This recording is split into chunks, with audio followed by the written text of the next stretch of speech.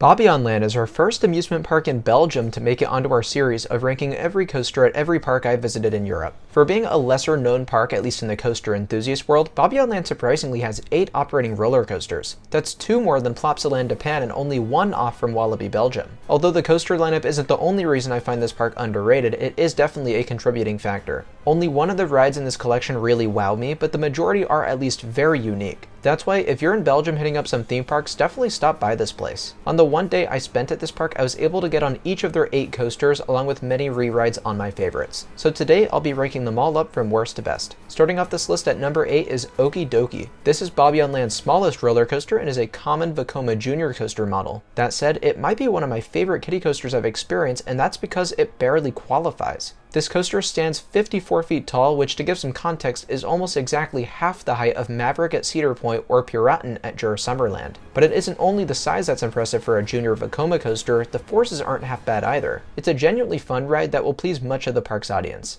Number 7, Dreamcatcher. Going in, I expected this coaster to rank a little bit higher in the park because it looks like and is modeled closely to an aero suspended coaster, and those are always really fun rides. What I didn't know until riding is that Vekoma's rare suspended coaster model would be a whole lot rougher. Dreamcatcher has similar roughness to many Vekoma SLC coasters, but the reason I don't hate this ride nearly as much as some of those is because it's too tame to really cause any damage. You will be shaken around a little, but not nearly enough to hit your head on the restraints, which is just about the only plus to this coaster. The layout is boring, the tracking sucks, and the restraints are bulky, but at least the setting over the water is pretty, and when you ride this you're going to get a very rare credit since only 3 Vekoma suspendeds were ever built. Number 6, Speedy Bob. I'm sorry, but I had no idea this coaster even existed until I went to ride it. I had never heard any mention of a wild mouse at Bobbejaanland, which is odd because I'm usually well educated at this sort of thing and can list off each coaster at a given park. And it's not like Speedy Bob is a bad ride too, it's just your classic mock wild mouse. This one had minimal trim breaks, which made for a more thrilling ride experience. Also, weird fun fact is that when this coaster opened, it was actually 2 side-by-side wild mice. Nowadays, only one side remains because why do we need 2 of the same ride right beside each other? Like, I guess it looks cool, but yeah, it's a fun ride.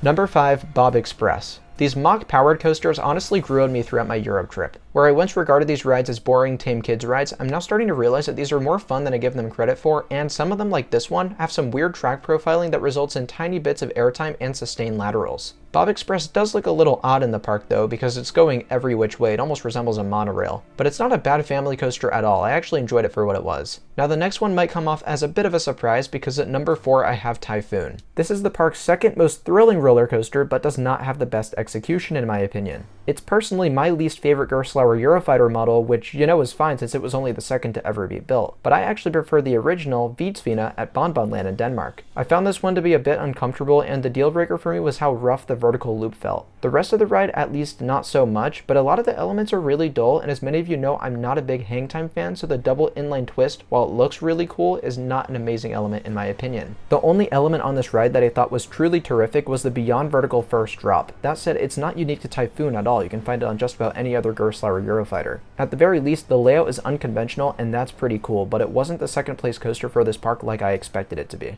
Number 3, Naga Bay. I really, genuinely have no idea what the name Naga Bay means. I've always found it to be a very peculiar coaster name. But that aside, this is probably one of my favorite family spinning coasters I've ridden. It's manufactured by Mauer Rides, but isn't a clone like most of their other spinning coasters. This is one of the few that was custom built for this plot of land, and maybe the only one to feature a thick track instead of a thin one. I'm not sure what the reasoning behind that was, but it does make for a glossy, smooth ride, which is always a plus. I also rode this coaster off balance, so we spun enough to make the layout fully enjoyable. Some of the drops are surprisingly sharp, and the elements have a modern feel to them in a weird way. I just thought the execution was really well done here, and I think it's the best coaster in the park for families. At number 2 is Revolution, the only operating Vekoma illusion coaster in the world, and I can kind of understand why. This is one of, if not the weirdest ride I've ever ridden in my life. First of all, Revolution has 30 rows, which means it has the longest train of any roller coaster in the world. It feels like you're on an acid trip when you see these things, and it especially feels like an acid trip when the ride actually starts. A bunch of strobe lights are flashing in your face, and then all of a sudden you are spiraling up what is quite possibly the longest lift hill in the world. There is a projection of this giant clock on the ceiling and this loud mysterious song that is blaring in your ears all the way until you reach the top. Then when you start to build up speed, the pacing is like delayed because the train is so long, and then for some reason when you do start to build up speed, you are absolutely blazing, or at least it feels like you're blazing for the rest of the ride. It is unlike anything I've ever experienced, but aside from the fact that I was laughing my head off, the ride was smooth and genuinely fun. If you want to experience something unique that you can't find anywhere else, Revolution is just the ride for you. And coming in at number 1, this should come as absolutely no surprise, it's Fury.